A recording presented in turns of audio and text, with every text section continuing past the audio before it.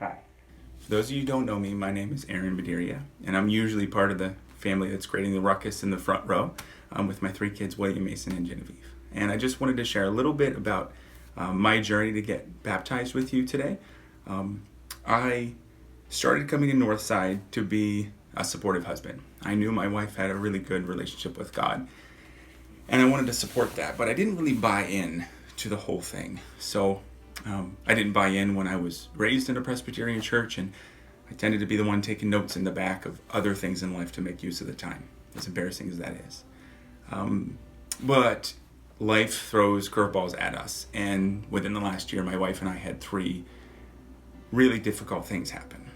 And I was a type A personality, and I wanted to control everything that I possibly could. So I did the same thing as I always did with these three episodes. I tried to arm wrestle them. And it wasn't working. And I was probably at the lowest point in my life. And I was sitting about 3 rows back here at Northside, not paying attention to the sermon like I should have been. And instead, I was feeling really down on myself. And at that moment, God reached out to me. And when he did that, I broke into tears. This type A personality who wanted to just make his will known was crying in a room full of people that I didn't really know. And the emotion that I was feeling at that time wasn't sadness, and it really wasn't happiness either. And as I thought about it for weeks, I think it was just relief. I knew that I had someone on my side that reached out to me when I was not reaching out to him. And he did it in a very meaningful and unexpected way.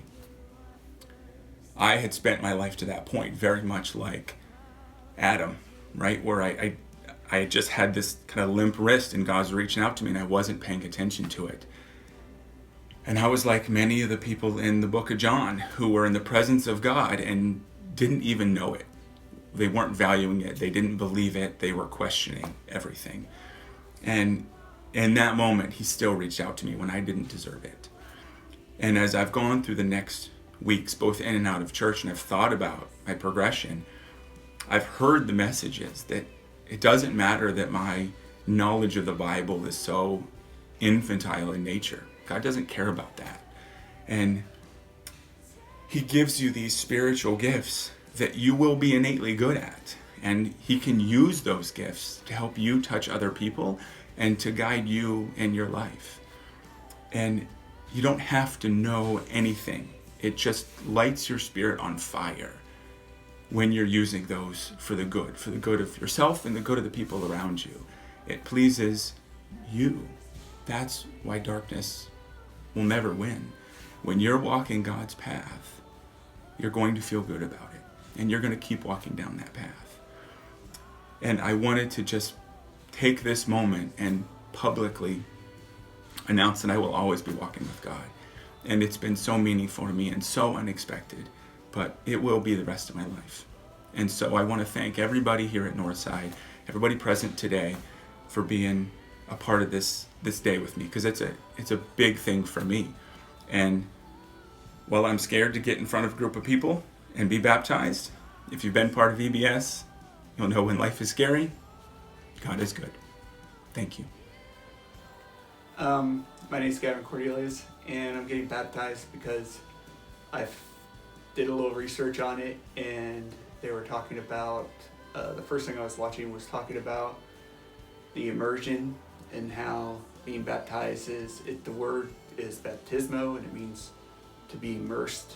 And before, when I was baptized, it was only a sprinkle, so I thought, well, maybe I'll do it there. And then the next person I was watching also was talking about how it's a way to honor God, and I feel that that's very important. If God gives you a way to honor him, you should probably do what he says to honor.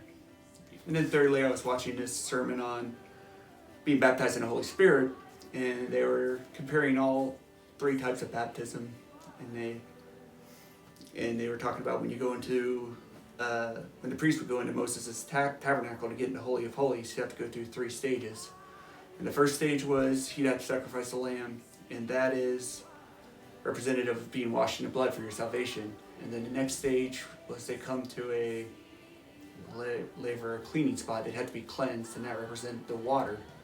And then the next stage was ointment, and that represented the Holy Spirit.